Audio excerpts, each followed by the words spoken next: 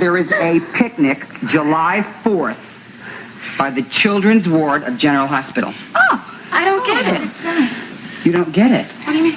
Well, Frank Smith, who owns the campus disco, Yeah? is paying for a big party July 4th. And he's asked me to invite all of you to the party. Oh, great. Oh, that's terrific. And we're going to have a fabulous, fabulous tug of war. Oh, well, I guess that could be fun. It's going to be fun. Fireworks, Richard?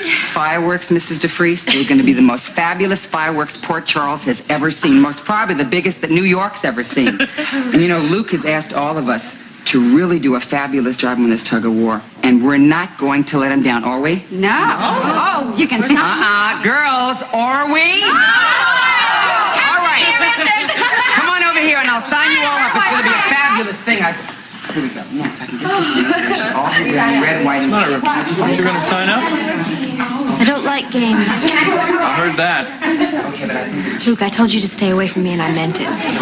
Look, I just thought I'd stop by and say hi on my way out. Well, then don't let me keep you. Well, maybe you'd be interested in where I'm going. I doubt that. I thought you'd be interested. I'm going to see Frank Smith. Why would I be interested in that? Because I think I know why you summoned me there.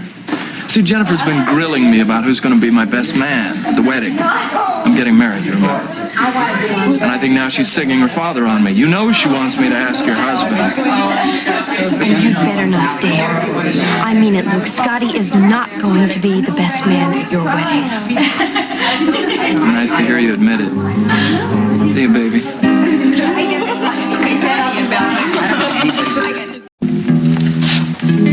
Good morning, sir. Come in, my boy, come in. I hope I didn't keep you waiting. Is everything all right? Sit down, Luke, please. Wonderful time of the morning, isn't it? Yes, sir, it is. I think it's my favorite time of day. World is awakening. Men are going to work refreshed by a long night's sleep. Business day is beginning. Life is everywhere you look. Well, it's interesting that you look at it that way, sir. There are a lot of people who don't like to wake up in the morning. They should be thankful they do. I agree. I look at every new day as a challenge. Life is the only thing in the entire world you can't get back once you've lost it. I'm afraid I have some unfortunate news for you. What is it? A former associate of yours and longtime friend of mine has died in a fishing accident on Lake Mead. What? Bill Watson is dead. In a fishing accident. Pity, isn't it? When did it happen? Last night. Well, I'm surprised. I would have expected to see something about it in the morning papers. News hasn't been released yet. They haven't found the body. I see. They'll find it. His friends know exactly where the accident happened. I'm sure they'll find the body soon.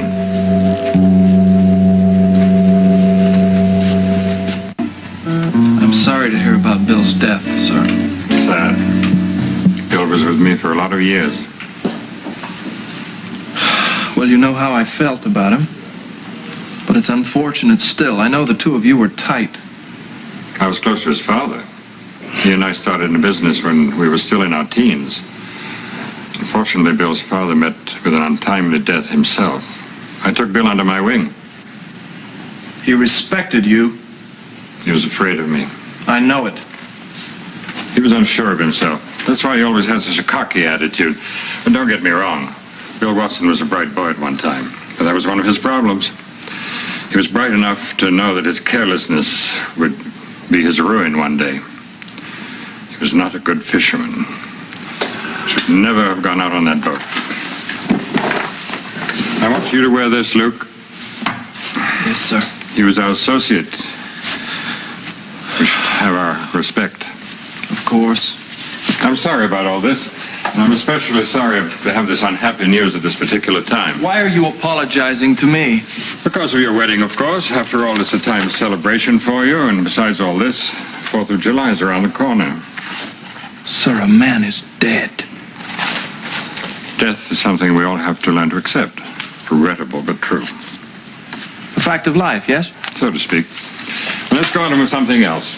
There's an important reason I called you in here this morning. Besides Watson? Yes, about your wedding. Oh, yes, that is important. Your marriage to Jennifer is certainly top priority on my list. What did you want to talk about, sir? Jennifer's concerned. You haven't chosen a best man. No, I've been concerned about that, too. You see, usually the groom chooses his best friend. Now, I have not been that close to anyone since Roy DeLuca died. Jennifer suggested Scott Baldwin. I know that. I have a better suggestion. Do you? Yes. Who? Joe Kelly. Joe Kelly? Oh, don't look so startled. Why would I ask Joe Kelly?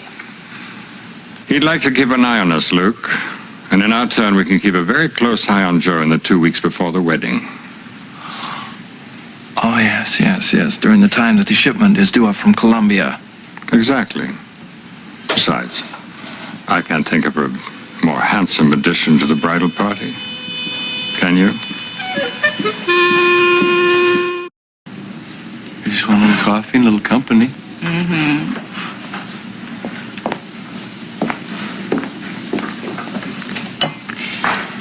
I only have a few minutes, Joe. I know, and I really appreciate you taking your time to do this. It has never come very easy to me to console somebody, and that's what I have to do with Luke. And tell them about what? Bill Watson's death. Bill Watson is dead? I'm sorry you didn't know. No, I didn't see the papers yet this morning. It wasn't in the papers. They haven't found his body yet. Joe, if it wasn't in the papers, how do you know about it? I was at police headquarters on some business for one of my clients today when the phone call came in from Las Vegas. This was Watson's hometown, you know. What happened to him? Supposedly a fishing accident. Supposedly. You got it. What are you saying, Joe? Well, let's just say I have a very sensitive nose, but this thing really smells all the way from Las Vegas. Why are you telling me about it? I guess because you happen to know all the people that have been dropping like flies lately, like Ted DeLuca and Roy and Johnny Colby. I didn't know Johnny Colby, Joe. You knew Bill Watson? So what? So it's kind of fascinating, like the 10 little Indians that were all killed off one at a time, you know? We know 5 of the Indians that are dead now. But you and I get our heads together and figure out who number 6 is going to be.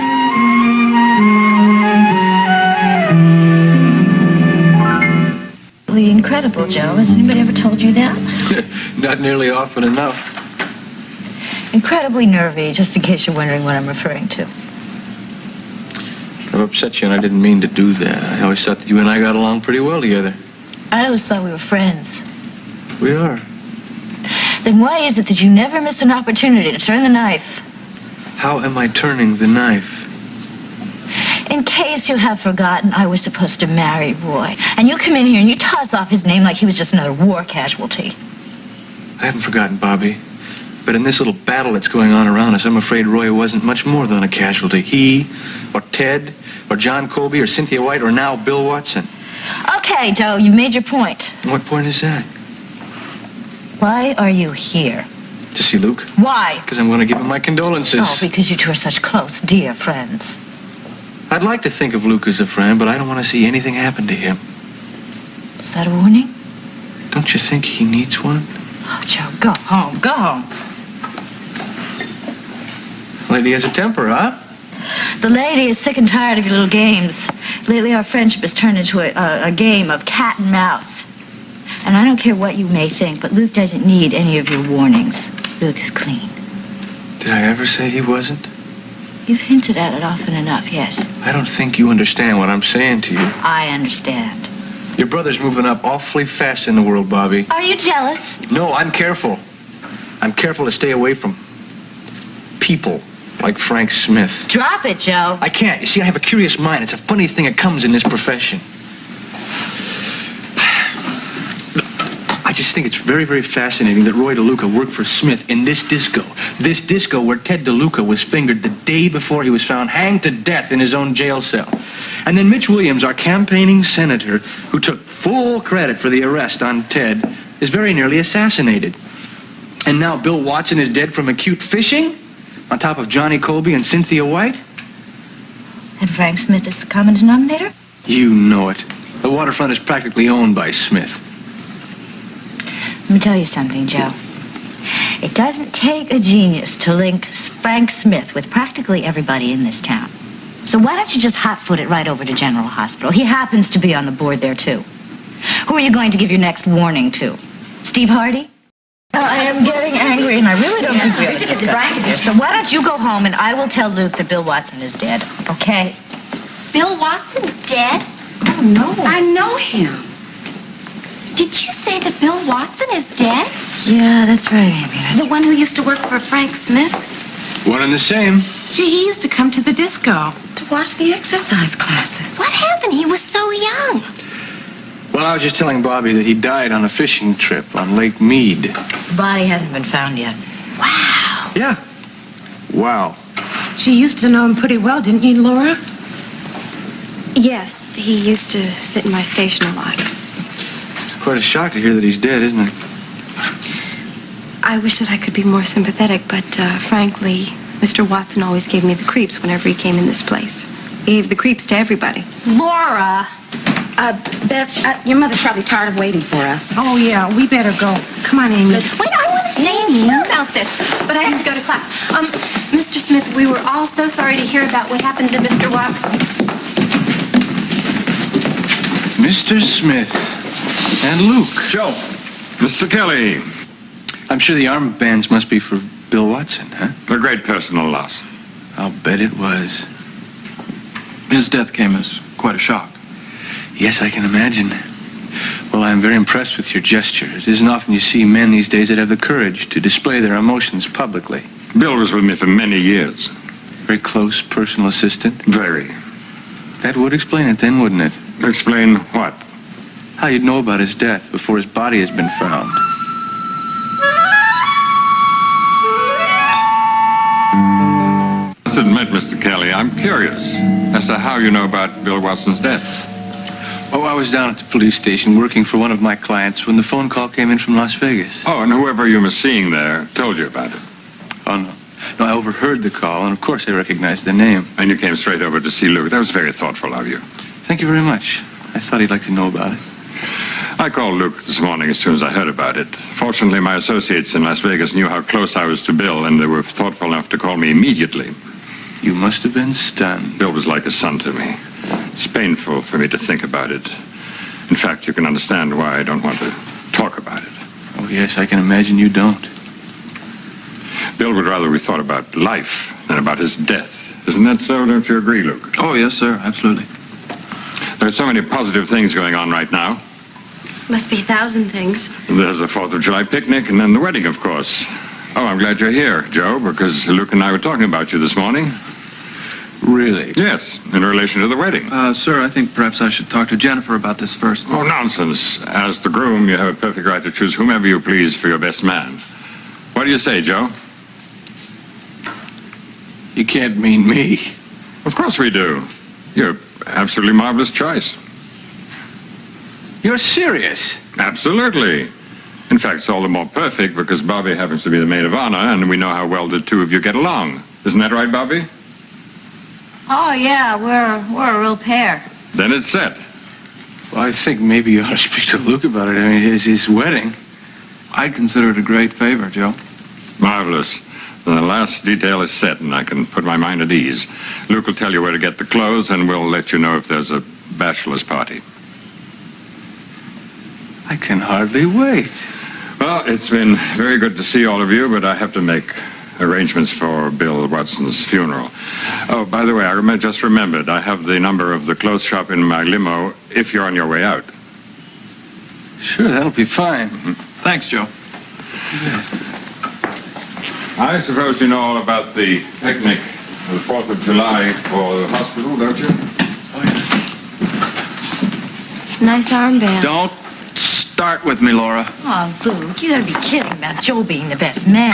Mr. Smith didn't sound like he was kidding. Well, it was his idea. Joe's out to get you. You know that. You can't have him for your best man. So who else should I ask? The late waterlogged Billy Watson? It's not funny. Well, look, I'm sorry, but there's no one else. There is no one else, unless, of course, Jennifer gets her way and it's Scott Baldwin. No way. Well, you see, little sister, nobody left. Joe wasn't here to offer condolences. Really? Joe is here to try and find out who's going to be the next on the hit list. Who is it going to be, Luke? You.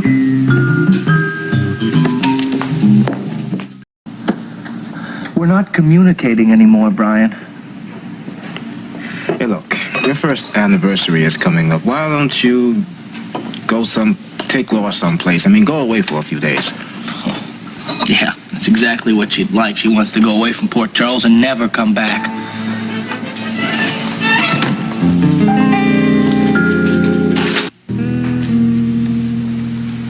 Was Mr. Smith responsible for Watson's death?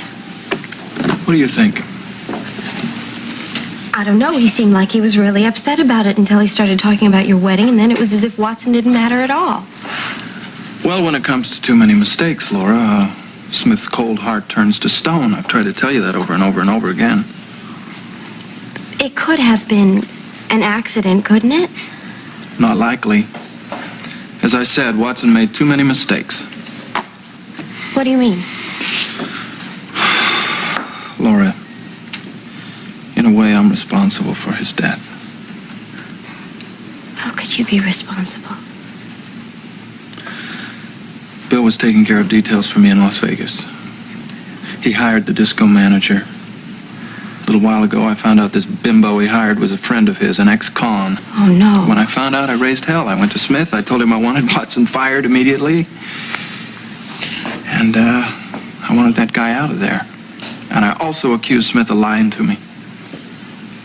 You accused Mr. Smith of lying? Oh, you would have been proud of me. I stormtrooped in his office like a real crusader. He told me he'd take care of it. The man would be removed from the disco immediately. But he wouldn't kill Bill Watson for that, would he? The last thing he said to me was that I didn't have to worry about Watson anymore. This was his last mistake. Damn it, Laura, I might as well have gone out there and put a gun to Bill's head myself. It wasn't your fault. Oh, wasn't it? I know Smith better than anybody. I knew exactly what he would do. Yes, but... Well, you couldn't have an ex-con running your disco in Las Vegas. Yeah, but I could have kept Bill Watson alive, couldn't I? No, not if Mr. Smith wanted him dead. Luke, I saw a side of him today that I have never seen before. Well, now, maybe you're right. I mean, maybe it was a fishing accident. Stop trying to protect me. Is that what I'm doing? Yes, Maybe I'm just trying to quiet my own guilty conscience. at least you have one. Mr. Smith doesn't. Yeah, well, he too might have had one once. Could you ever kill anybody? Order a hit on somebody? I don't know. What do you mean you don't know? I mean, from where I stand today, no, I couldn't. But they say power corrupts, don't they? Power makes people into objects, just another piece of the machinery. And as soon as the machinery breaks down, the people become dispensable. You don't believe that. Not today, no. But we're going to find out what power does to me after the wedding. I just hope I don't make some fatal mistakes and end up fishing for halos with Billy Watson. After the wedding, there'll be no turning back, will there? No. But since you keep telling me I can't have what I want, who cares?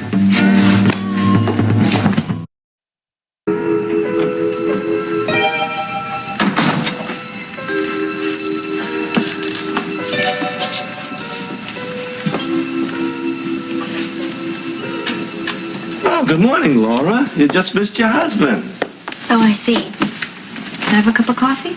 And a nice hot Danish? No thanks. I'm not hungry. Coffee it is. Thanks.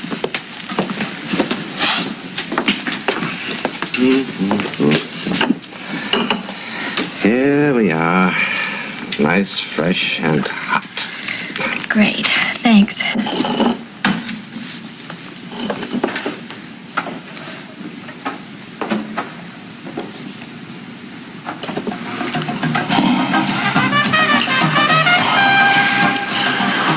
Tell me that you want me as much as I want you. Please tell me, tell me, tell me.